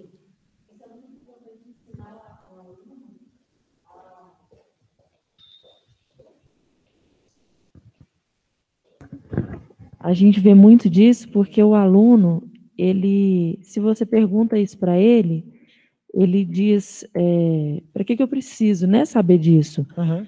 E se você fala... E às vezes o professor nem sabe, porque você tem que ir para Bela. E até mesmo se você virar para o aluno e falar assim, não, porque você precisa compreender, né, e explicar tudo para ele fala assim, não, mas eu não quero. Só entendeu? Que, Mayra... Eu acho que deve-se ensinar o aluno a importância disso. Entendeu? Tá, mas se o aluno, tudo que ele vai aprender, se ele é treinado a buscar a causa e a origem, o modo de ser e a utilidade de cada coisa, ele é motivado a aprender. Exatamente. Então, assim, eu vou ensinar para ele a tabela periódica. Aí se ele fala assim, de onde vem a tabela periódica? Aí ele vai ter mais vontade de saber. Aí fala assim, o modo de ser dessa tabela periódica, ele vai... Você tá entendendo? Não, nós aprendemos a tabela periódica para decorar aquilo que está ali, para fazer prova. Exatamente. É só para isso, gente. Decora a tabela porque vai cair na prova. Aí a gente fica lá louco. Gente, isso aí é uma tortura, isso não é ensinar. Isso é fazer isso, não. Vamos fazer um castigo. Castigo é você decorar a tabela periódica e vai cair na prova. Não, vamos lá, vamos estudar.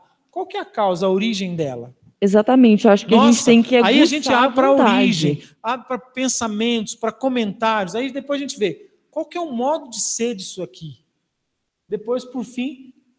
Para que cada uma dessas coisas servem? Mostrar paixão, né? Do o aluno, ele pode até nunca utilizar aquilo, mas ele se tornou uma pessoa sábia.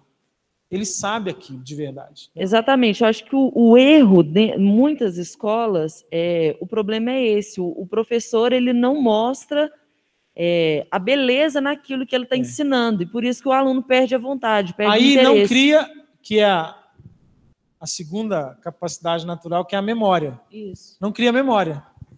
Não memoriza nada. Não registra, porque para né? memorizar, o que é? É guardar solidamente, né? Quão solidamente retém o aprendido. Ou seja, a memória é aquilo que retém. Mas um dos problemas hoje é que nós não fazemos ensinos breves, é sempre muita coisa, e muita matéria, e muita coisa. Você fala assim, mas não vai dar toda a matéria? Vai dar. Só que não se pode dar muito de uma vez. Vão se dando coisas breves e profundas. Breve, profundo, breve, profundo, breve, profundo. Aí a capacidade de memorizar é maior, né? Porque a memória se compraz na brevidade. Na brevidade. E aí, ou seja, aquilo que é certo deve buscar recolher e refletir os princípios. O que é refletir os princípios de uma coisa? Agora o que é que vocês falam? Quem não está falando nada que está cochilando. O que é refletir o princípio de algo? A natureza daquilo. Né? Eu sou mais capaz de memorizar quando eu descubro a natureza daquela coisa. Por exemplo, pensar aqui. Por exemplo, eu consigo memorizar melhor o que é uma folha quando eu sei que ela veio de uma árvore, da celulose da árvore, eu sei o princípio dela. E aquilo eu memorizo mais fácil. Vocês estão entendendo? Quando a gente só sabe algo superficial, a gente não memoriza o superficial. Então, o que são os inimigos da memória? É dar coisas demais e não dar o princípio daquilo que se dá, daquilo que se ensina. Por isso que, por exemplo, as crianças que passarem de ano, esse ano, e que não aprenderam quase nada ano que vem, não vão memorizar nada do ano que vem. Porque tem que ter uma sequência, concorda? E a sequência vai mostrando o princípio, né? Se eu não tenho sequência, eu não peguei para trás, aí eu vou, e aí vai passando aquele tanto de conteúdo, e aí fala assim, por exemplo, na escola dos meus filhos, falaram assim, não, lá no início da pandemia, agora já até desistiram, coitados, não vai ter jeito. Nós vamos ter aula sábado, domingo, segunda, Natal. Gente, isso não ensina nada. Isso aí é dar conteúdo e pronto. Cumprimos o programa, yes. Bom, a memória aí, zero.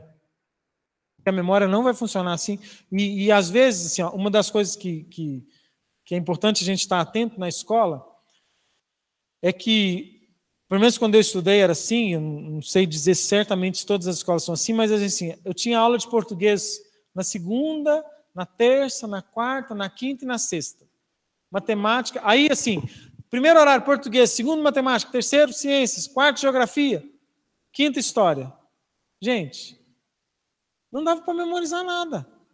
Porque o professor ele tinha que cumprir a aula dele, então ele ia lá e dava. Agora, o que é importante? Não, nós vamos ter quantas aulas de português na semana? 5. Vamos dar 3 horários seguidos. O professor ele consegue dar vários conteúdos breves, começar e terminar conteúdos, para que a memória realmente acolha aquilo. E não só cumprir programa. Porque quanto menos tempo se tem de aula, mais se dá conteúdo para cumprir programa. Não, porque o professor, primeiro, ele chega na sala de aula, quantos minutos ele gasta para começar a aula dele? Não sei, vamos pegar pouco, 5 minutos. Em 5 minutos, é aquele professor que a sala já está na mão dele. Beleza. Aí, a aula é 50 minutos, então ele tem 45. Quando está faltando 5 minutos para acabar a aula, o menino tem relógio. E o professor também, ele já começa, gente, então vou dar uns recados finais, vocês têm que estudar em casa, ou seja, já perdeu mais 5. Numa aula de 50, ele dá 40. Não, estou falando assim, dos mais otimistas.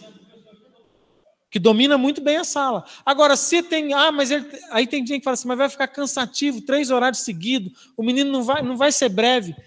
Não é a quantidade de conteúdo que faz ser breve, mas o tempo que se trabalha o conteúdo. Eu dou um conteúdo e eu só mudo para o próximo depois que eu tenho certeza que aquilo foi memorizado. E se eu tenho tempo para fazer isso, eu faço isso melhor.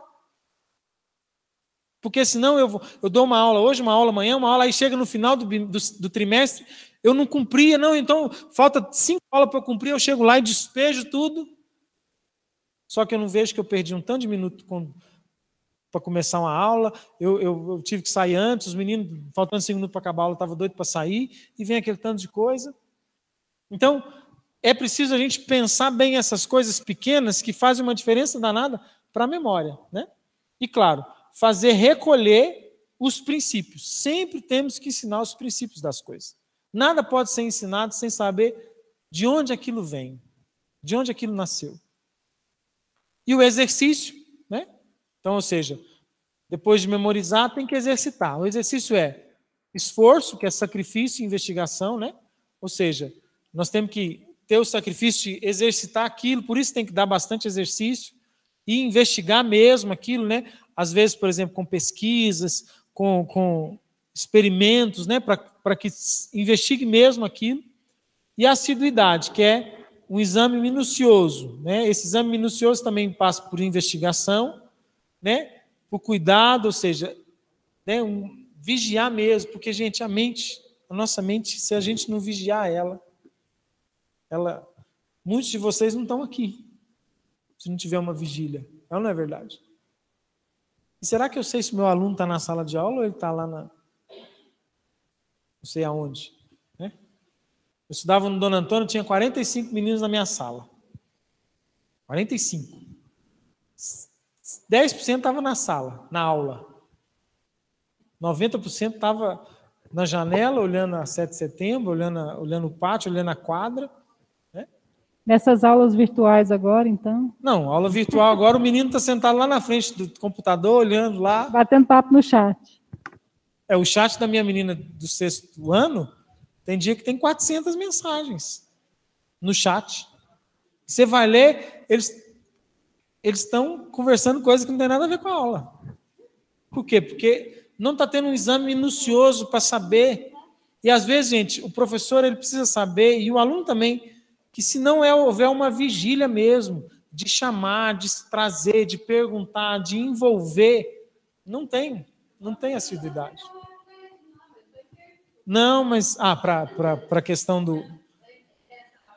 não, isso aí, gente. Esse ano não dá para culpar o professor mesmo, não. Acho que assim, é um ano muito... se fôssemos um país sério, como o Canadá e os Estados Unidos, que já cancelaram o ano letivo. Os 2 países cancelaram. Os Estados Unidos faltavam 3 meses para terminar o ano letivo. Eles têm as férias de verão. E eles cancelaram antes. Não, esse ano não vai ter mais, só ano que vem. Se fôssemos um país sério, isso tinha feito. Não é pegar um professor, como eu tenho feito na rede pública do Estado, e põe lá umas aulas lá, que o menino está vendo. Eu faço natação com um rapaz que está estudando no Dona Antônia. Acho que é Dona Antônia ou Padre Matias, não sei. Ele estuda fazendo ensino médio. Ele falou que começa a aula lá e um professor que não sabe quem é, de algum lugar, não sei de onde, pela televisão, e ele fica lá dando uma aula lá e tudo. E tipo assim... E sabe o que é pior? Aquele conteúdo vai ser anotado como foi passado para os alunos.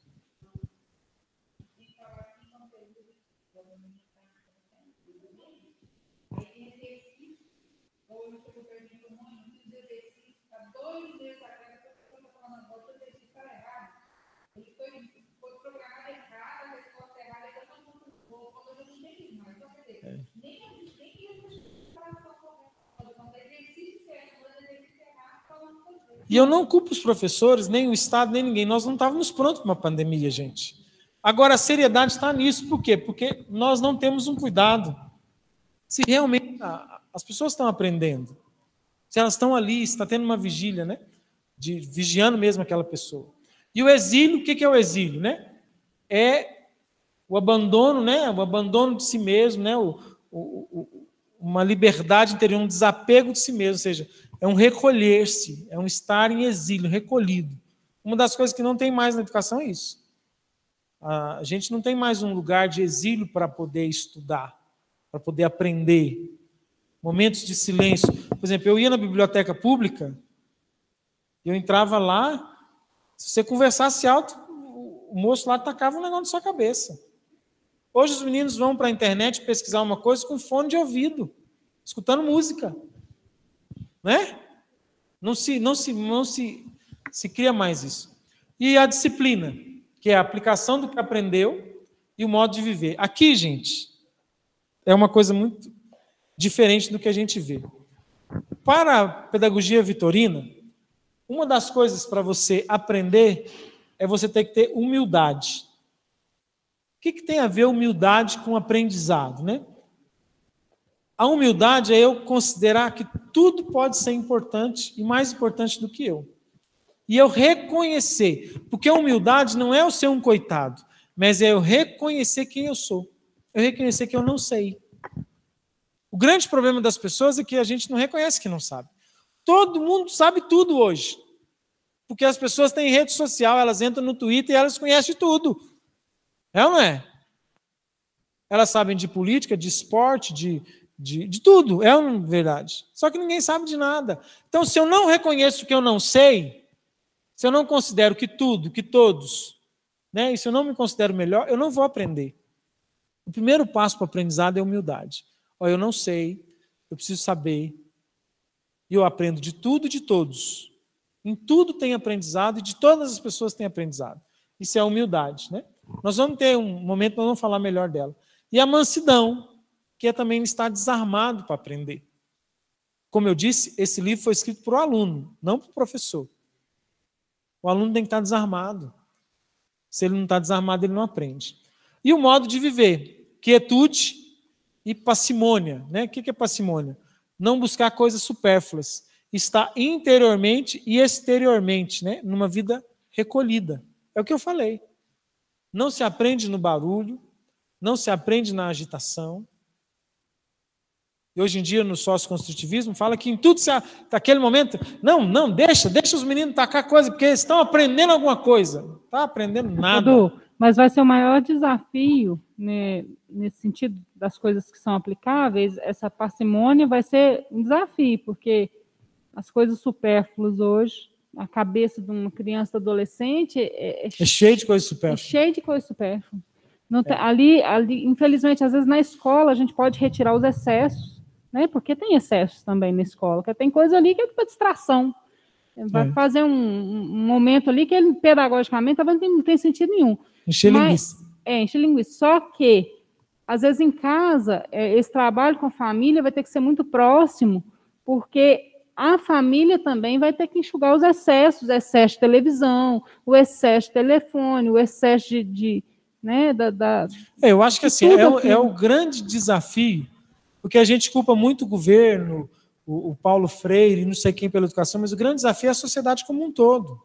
A sociedade como um todo não está pronta para educar, como tem que se educar. Principalmente falando de coisas supérfluas. Hoje as pessoas, elas vivem a vida sobre coisas supérfluas. E hoje a gente tem, os adolescentes hoje, 80% do tempo deles é tempo de coisa supérflua. Ah, mas você não sabe como é que é lá em casa? Não, a gente sabe. A gente sabe. A gente sabe que o Netflix é o que é muito utilizado, que o YouTube, e vai dizer que isso não é supérfluo. Se a gente não põe a norma e volta lá naquela parte lá de trás, né, dos prazeres, a gente vira bicho, todo mundo fica só na frente da televisão, igual zumbi. Por quê? Porque satisfaz o próprio prazer, o não ser contrariado, não gosto de ser contrariado, não quero ser contrariado. E olha, e assim o aprendizado, vivendo, né? E aqui fala do modo de viver. Nós precisamos ensinar para os pais, e precisamos ensinar para nós mesmos, e tentar ensinar para as crianças e para os adolescentes, que a disciplina, ela passa por um modo de viver. É um modo de viver. Ensinar para os pais, por exemplo, que eles têm que criar rotina para os filhos, horário de dormir, horário de acordar, horário de comer. E que nós, adultos, também podemos ter uma disciplina na nossa vida desse mesmo jeito, e assim a gente consegue, né? Ensinar, por exemplo, que minha filha está tendo aula no Meet, e os meninos ficam no celular durante a aula o tempo todo, trocando figurinha no meio da aula. Ensinar para os pais a disciplina disso. Pode dizer, Fábio.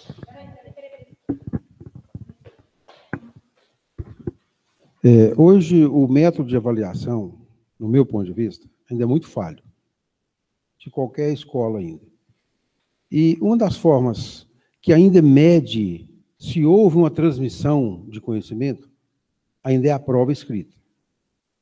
E a maioria das escolas, hoje, ainda tem provas de múltipla escolha. E a múltipla escolha ainda não determina se houve uma transmissão de conhecimento. Porque é muito fácil você marcar, nós vimos isso na segunda-feira. A Letícia, minha filha, Fábio, ela não estudou nada daquela matéria ainda. E ela chutou todas. Ela escreveu um bilhete para o padre. Padre, eu ainda não estudei essa matéria, eu estou no 6º ano. E ela tirou 4. Exatamente. Teve gente que tirou menos que ela, que já estudou. Eu dei aula há algum tempo, e todas as avaliações que eu fazia, eu nunca apliquei uma prova que fosse de múltipla escolha, nunca apliquei uma prova que fosse, que fosse, eu desse um certo grau de intuição para o aluno seguir o meu pensamento. Eu dava um texto e pedia a eles que argumentassem sobre aquilo, o ponto de vista deles, aquilo, de acordo com o contexto, foi dado. Uhum. E hoje, eu percebo que, eu encontro com alguns alunos ainda, eles falam o seguinte: se você não consegue escrever o que você aprendeu, você não aprendeu. Então, quando for determinado na nova escola os métodos de avaliações por várias matérias, no meu pensamento, seria interessante que houvesse, um tempo atrás, arguições, não só escrito, fale, porque às vezes o aluno pode ter uma dificuldade na escrita.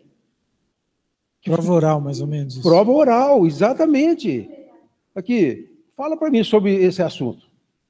Você tem 5 minutos para você falar sobre esse assunto. As formas de avaliações, quando a escola... Hugo de São Vítor diz, Fábio, no opúsculo, até tinha que buscar lá, que ele fala que a melhor forma de aprender, isso nós vamos falar depois também, que a melhor forma de eu aprender alguma coisa é quando eu me proponho a ensinar aquilo. Se eu quero aprender sobre determinado assunto, eu tenho que me propor a ensinar. E isso que você disse assim, ó, propor para os alunos ensinarem algo, argumentarem algo, falar que é a dialética, falar daquilo, né, ter uma fala sobre aquele assunto, isso faz ele memorizar mais do que qualquer outra coisa. Exatamente. Entendeu? Está nesse livrinho aqui. Esse aqui é o livro, gente, que é o Opúsculo sobre o modo de aprender e meditar. Não subestimem pela capa e nem pelo tamanho. É um dos livros mais completos sobre como aprender e meditar que eu já li. E olha que a gente lê muito sobre educação há um tempo para poder tentar dar conta de alguma coisa.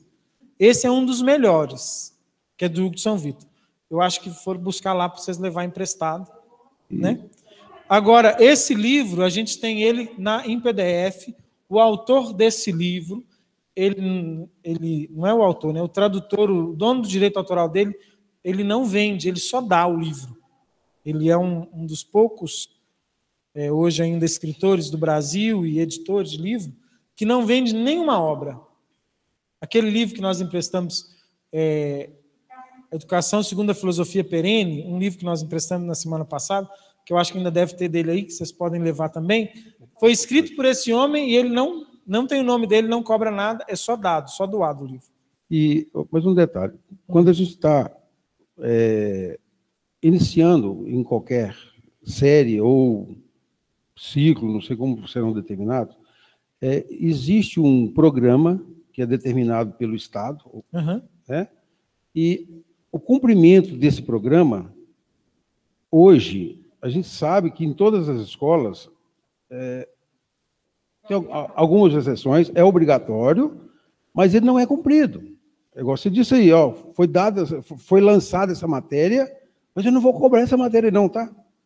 Porque ele tem que dar, está escrito que tem que lançar essa matéria. Uhum. E uma das formas que eu vejo é o seguinte: quando você tem idades de alunos diferenciados em várias turmas, e muitas das vezes tem alunos que têm uma percepção bem mais rápida que outros, é notório. E com isso, o que você tem que fazer, no meu ponto de vista? Tem coisas que são postulados, e você tem que falar para o aluno, e ele não tem condição de entender o porquê daquilo ainda.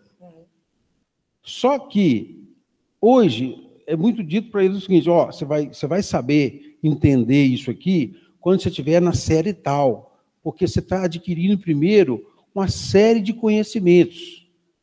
Você vai conseguir reunir esse quebra-cabeça, um exemplo, lá no 9º período. Agora você não dá conta, não, mas você tem que saber disso.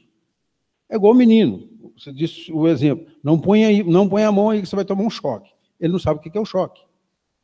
Então, essas coisas têm que ficar muito bem ditas para o início dos pequenos, porque, de repente, você, ó, isso aqui você tem que saber que é dessa forma. E não tem como você ainda explicá-lo o porquê que é daquela forma. Uhum. Né? Então, isso aí, o que vai acontecer? A gente tem que ter uma forma de transmitir esses postulados para o aluno. A esperança, né, para ele. Que passar aqui, ó, que dias melhores virão. A hora de você entender isso ainda não é agora, mas você tem que saber que existe. E se seguir, é isso aqui, para que serve, como funciona, de repente, para que serve, você pode explicá-lo. Mas como funciona, ainda não é a hora. Uhum. Mas só que tem que ter isso como meta, e para poder ir crescendo. Pessoal, vamos lá, porque senão a gente não vai conseguir terminar. Eu só fazer uma parte aqui em relação a essa questão da quietude e da parcimônia. Acho que esse vai ser o grande desafio de hoje. Uhum. O professor Pia, até ele foi um italiano que trabalhou aqui muitos anos no Brasil, muito interessante os livros dele, depois eu tenho gostei muito de você ler assim, numa sentada. Ele fala sobre a questão da análise da inteligência das crianças. Ele fala que não se aprende se não for de modo autodidático. Mas para que você seja autodidata, você tem que ter silêncio. Uhum. Você tem que parar, você tem que escutar, você tem que estudar sozinho. Uhum. Então, assim, por mais que o professor passe aquilo tudo, que a gente ensine, que a gente tenha um método, o aprendizado vai acontecer do aluno sozinho, na hora que ele está em casa, que ele para, ou no momento que na escola ele tiver aquele momento de parar. E esse é o grande desafio nosso. Acho que vai ser o grande desafio da escola, de falar assim, agora você vai ter que parar, meu filho, agora você vai ter que estudar para que você aprenda, porque senão tudo aquilo ali que foi lançado para você vai embora. E aí a gente vai fazer o mesmo, e vai ter o mesmo que os outros fizeram. Justamente. Pessoal, vamos lá. Sobre o modo e a forma de aprender. Então, nós temos que ensinar para o aluno que ele tem que ter humildade, esforço na investigação, que é força de vontade, quietude, que é uma vida recolhida, um exame minucioso, que é uma busca silenciosa, parcimônia, que é deixar os supérfluos, e exílio, ou seja, que ele está entrando numa terra estrangeira, né? Que ele está entrando num campo que ele não conhece. Né? Tudo isso costuma ajudar no entendimento de muitas coisas obscuras encontradas na leitura. Está na página 147 do livro. Vamos, filho. Acabou não.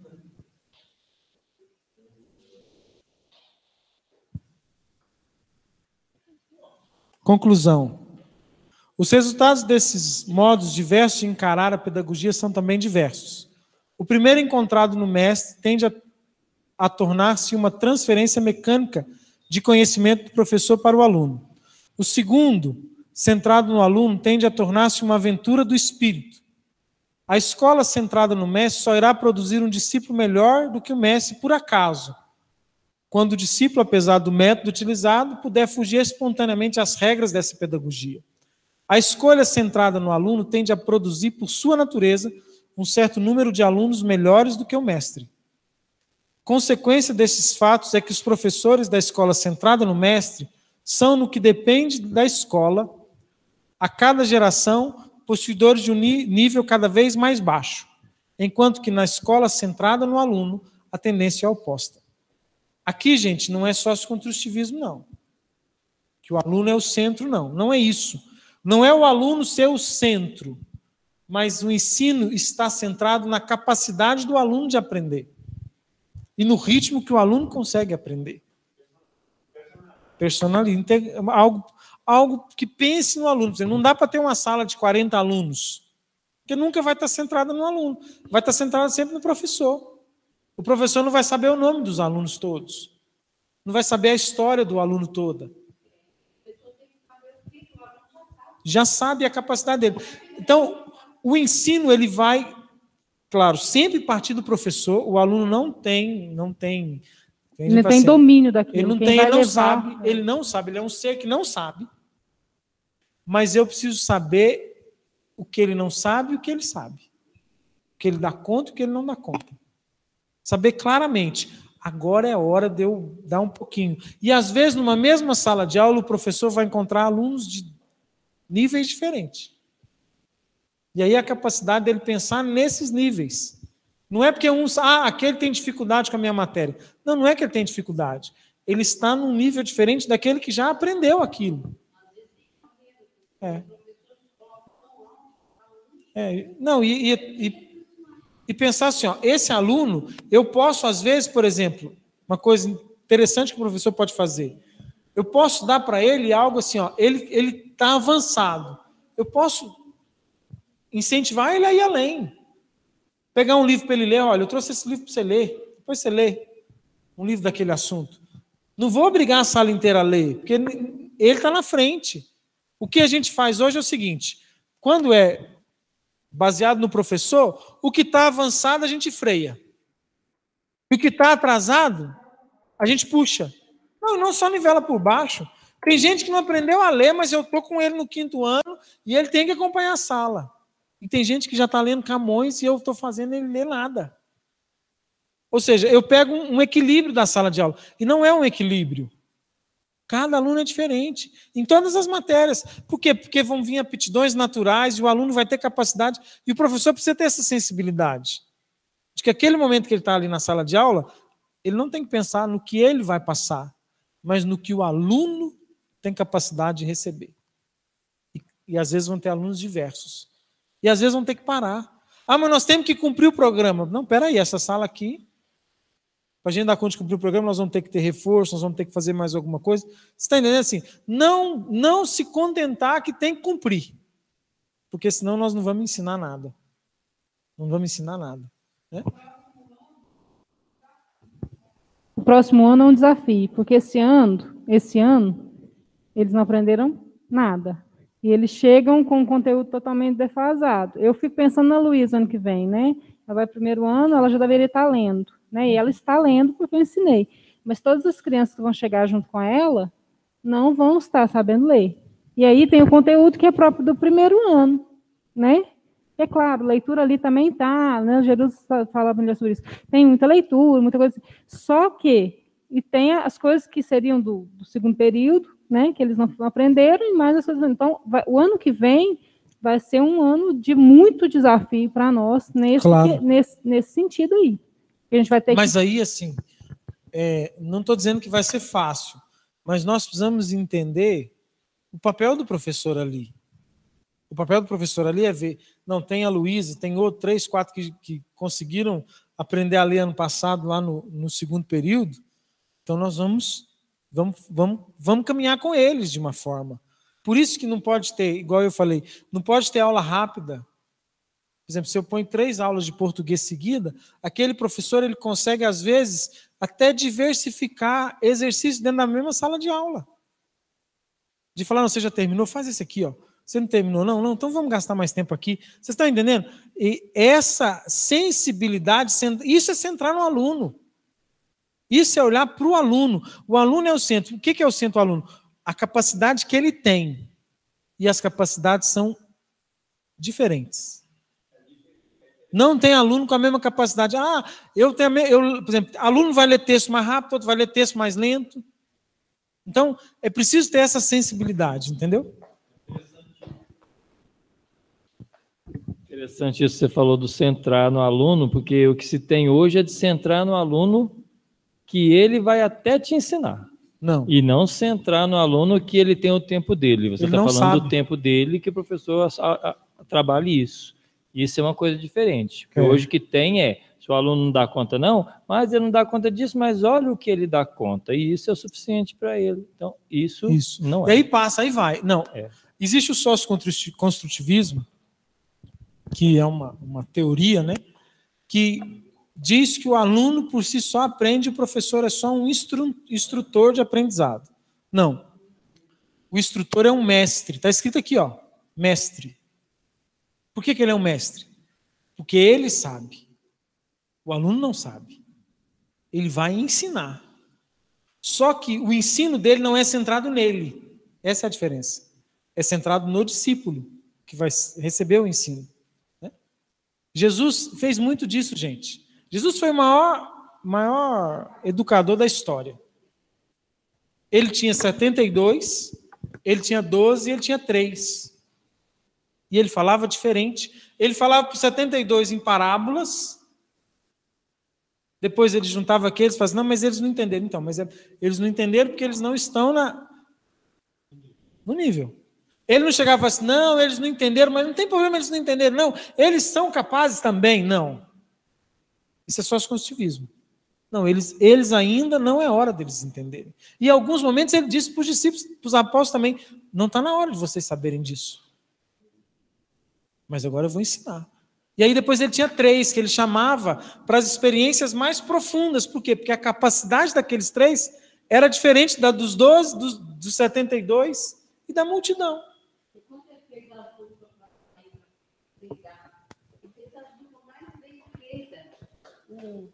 Aquele que mais precisava do outro, quer dizer, aquele que desenvolvia mais, com aquele que tinha algum problema, um completava o outro, percebeu? Mandou 2 a 2, né, para pregar. Então, nós não podemos tirar a figura do mestre. O professor é um mestre. Nós vamos ter um dia que nós vamos falar disso, né? Que é uma coisa que se perdeu na escola. O respeito, a admiração, né? A referência. O professor é essa pessoa dentro da sala de aula. Ele é a referência. É alguém que eu quero ser como ele, dentro daquele assunto que ele tem a me ensinar. Então, não podemos perder isso. Mas aqui a cabeça do professor não pode estar centrada nele, mas no aluno. E essa individualidade de cada um. Né? E assim, isso aqui vai dar pano para manga, porque muita gente vai confundir com o aluno centro. O aluno não é o centro da sala de aula. Mas o conteúdo tem que ser centrado para o aluno. Quem passa o conteúdo é o professor.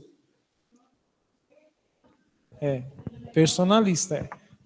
Isso. Tem algum comentário no Meet? Quem quiser aprofundar, né, tem que estudar educação personalista. Tem algumas referências, Colégio Porto Real, no Rio de Janeiro. No Rio de Janeiro. Rede Solar de Ensino da Opus Dei. É porque se a gente focar nesse termo, né, o centrado no aluno, a gente vai cair no sócio-construtivismo, que não é para nós aquilo que a gente vai basear os nossos trabalhos. Isso. Alguma pergunta? Alguma coisa a mais? Os livros já desceram? Alguns livros? Mas aqueles outros, emprestou todos?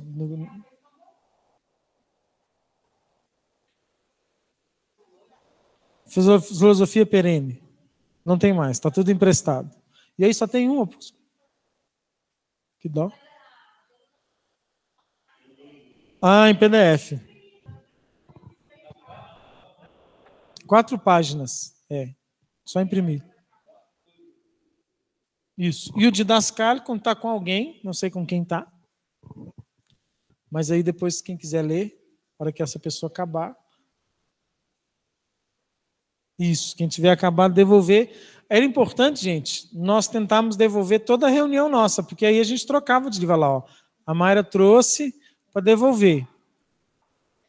Você quer renovar? Esse não dá para ler aqui. Não, mas foi 3 semanas. Mas esse é pesado mesmo, né? Mas estou dizendo assim, é bom até para a gente poder...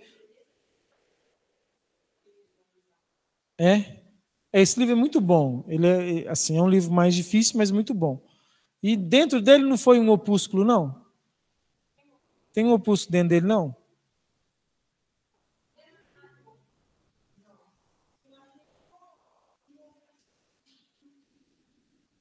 Tá. É porque a gente deu ele, depois recolheu, o pessoal deve ter ficado com o opúsculo.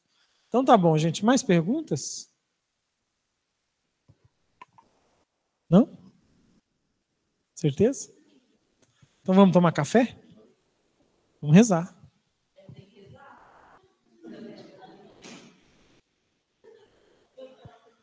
Vamos pedir à Virgem Maria que nos ajude, né?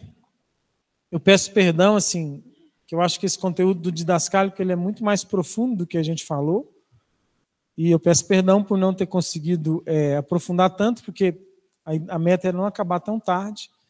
E se aprofundasse mais, a gente acabaria mais tarde ainda. Mas eu peço que vocês tentem ler. Se eu não me engano, no site do professor Donato, como é que é o site dele, Jesus? Cristianismo.org, tem o didascálico para baixar, gratuito. Aí se alguém quiser baixar no site, é cristianismo.org. Tem vários livros bons. Tem Filosofia Perene para baixar lá, gratuito. O Opúsculo, e eu acho que tem o Didascálico também. Aí se vocês puderem também, porque eu acho que vocês vão aprofundar muito mais do que o que eu falei aqui. E claro, nós vamos falar na próxima sobre o Trivium Quadrivium, nós vamos aprofundar um pouco mais nele. Vamos ter uma aula sobre a taxonomia de Bloom, né? Taxonomia de Bloom, que vai falar das avaliações, Fábio, como que vão ser as avaliações. E vamos também falar um pouco de humildade, que é a base do aprendizado. Eu falei pouco disso aqui hoje, mas a base da educação é a humildade. Eu saber que eu não sei. Quando eu sei que eu não sei, eu estou disposto a aprender, eu estou aberto a aprender. E a gente precisa trazer isso para os nossos alunos também. Então vamos pedir à Virgem Maria que nos ajude nessa caminhada e naquilo que a gente vai ter que viver e aprender. E também colocar nas mãos dela as nossas vidas, as intenções dos nossos corações, as nossas lutas, os nossos desafios. Também esse colégio, né? Esse projeto que ainda tem muitas barreiras e batalhas a serem superadas. Ave Maria, cheia de graça, o Senhor é convosco. Bendita sois vós entre as mulheres. Bendito é o fruto do vosso ventre, Jesus. Santa Maria, Mãe de Deus, rogai por nós, pecadores, agora e na hora de nossa morte. Amém. Vamos também rezar para comer. Senhor dá pão a quem tem fome. Nossa Senhora da Divina Providência. Em nome do Pai, do Filho e do Espírito Santo. Amém. Vamos comer então, gente.